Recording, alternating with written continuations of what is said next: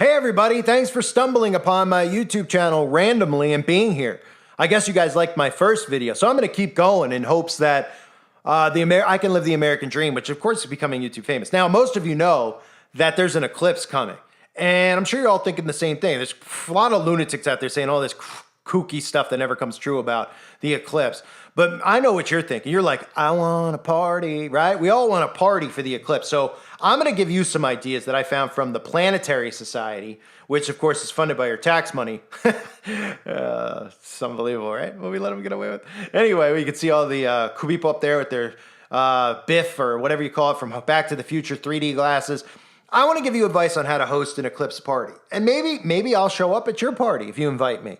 Okay, maybe I'll get a plane ticket and I'll come to where you are. I mean, probably rather hang out with the ladies than the guy, but maybe all of us together. We could just have a huge party. We could look at the eclipse together and let's talk about ideas we have. And also, make sure you subscribe if you haven't. Hit the thumbs up, but also let me know what you're going to do for the eclipse, okay? All right, here we go. Number one, if you're going to host an eclipse party, check the date and time. The very first step in planning for an eclipse viewing is to find out exactly when the eclipse will happen in your location. Some eclipses last longer than others. Now, I heard this one's going to last 3 minutes and 22 seconds, which is like a cool number. It's really random, right? Like, it's crazy how scientists figured out how long it was going to last, 3 minutes and 22 seconds, because that number is just random.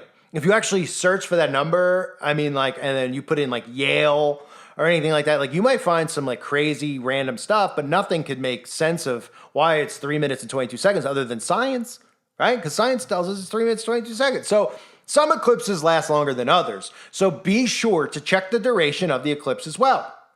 If you're watching a total solar eclipse, there will be longer periods of partial coverage. So you'll need to decide whether you want to watch the entire eclipse from start to finish or a shorter period of time. Okay, so do you guys want to watch it from start to finish, the whole 322?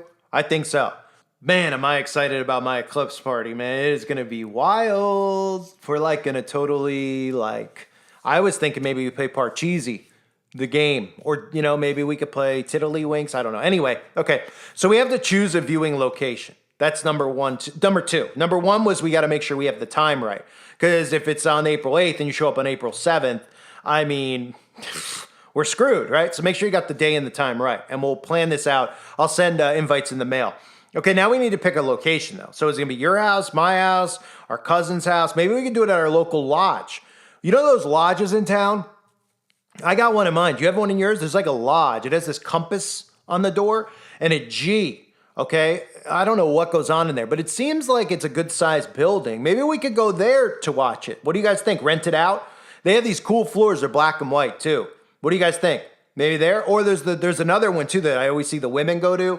And there's like an upside-down star almost is the logo. I'm sure maybe we could rent it out. There's nothing in there that they'd be hiding. They probably let us come in. I mean, do you think it's weird that the windows are blocked completely? You can't actually see inside. They're fake windows. Isn't that strange? Is anyone suspicious of that at all? I mean, when you like make your home, right? Say you were building a house, would you be like, hey, and I really, instead of having real windows, I want windows that look like windows, but I don't want to be able to see. I don't want anyone to be able to see in. Wouldn't the guy just be like, okay, this guy's insane. That's not something we could actually do. But somehow they have contractors that could do it for them. You know, go figure, right? So anyway, we're going to choose a viewing location. I suggest that. If you suggest your home, your whatever room in your home, maybe we could do it there. So find a spot that offers a clear, unobstructed view of the sky.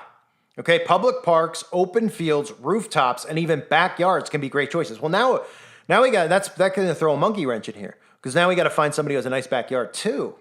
Okay. Make sure the location is easily accessible and comfortable for guests, considering amenities like bathrooms and seating. Depending on the weather, you might want to plan to bring blankets, sunscreen, hats, or bug spray so that you and your guests are comfortable throughout the event. If possible, go to your chosen location the day before at the same time as the eclipse to make sure the sun won't be hidden by a tree, neighboring building, or anything else. If you're traveling to reach the eclipse, check out our tips on getting to and from potentially crowded viewing locations. This sounds like such a fun such a fun time. Okay, and I have neighbors who wear like cloaks and stuff, and they love when it's like a blood red moon. They do all these like things in their yard. They chant in tongues, and it looks like a really good time. There's nothing to be creeped out about or suspicious of. So next up, number 3, plan for safe viewing, because remember, we need to be safe. Okay, so if anybody's there who has a different viewpoint than you, if anybody there thinks that there's something bigger going on in the eclipse, remember, that's not safe. That's actually a dangerous threat to our democracy. So we need to make sure everybody has the same ideologies. Otherwise, it won't be safe. Okay, this goes on to say, never look directly at the sun without proper eye protection. Provide or remind guests to bring solar eclipse glasses. You'll probably need to plan ahead. You know what? They're saying plan for safe viewing. So, look, can I just be honest with you guys? I try to be as honest as I can. You're going to bring solar eclipse glasses, okay? And yeah, you might be like, yeah, I'll bring some for everybody, make sure everyone's safe. No, you better bring a mask, okay? I'm serious. You better bring a mask, and you better bring extra ones for everybody, because that's the way we could be the safest. If everybody has a mask and their solar glasses, okay, and we stay 6 feet apart, I think that then we'll have ideally the safest viewing. And of course, you're not allowed to talk either, at my party at least, okay? Because if you say anything that I don't like, you're a threat to the democracy of America and the Constitution, and you really are dangerous, and you should be potentially get the chair, honestly. So these are all things that I'm going to do to stay safe. So if you're out there and you're coming to my house, just make sure you bring a couple masks, because I actually sometimes even double mask. So I might want to wear a few. So please keep that in mind. So if you're planning on using a telescope or binoculars to enhance your eclipse experience, make sure they're equipped with solar filters. Cool. If you don't have access to eclipse glasses or viewing cards, prepare ways to observe the effects of the eclipse indirectly. Shadows are the best way to do this, since partial eclipses cast crescent-shaped shadows through holes. And this is so fun. Okay, next up. Okay, again, that's probably the most important thing to me, though, the safety. So, and if you're like worried about staying 6 feet apart, what I plan on doing is putting a wall between us, or like a stick, like a huge stick, and then, or like we can like lean on sticks and make sure that we stay exactly 6 feet apart. So I'll get like 6 foot sticks. And of course, those are things to stay safe. So anyway, set the atmosphere. So a little creativity can turn an eclipse viewing event into a party. I like to set the atmosphere with some candles. No, I don't.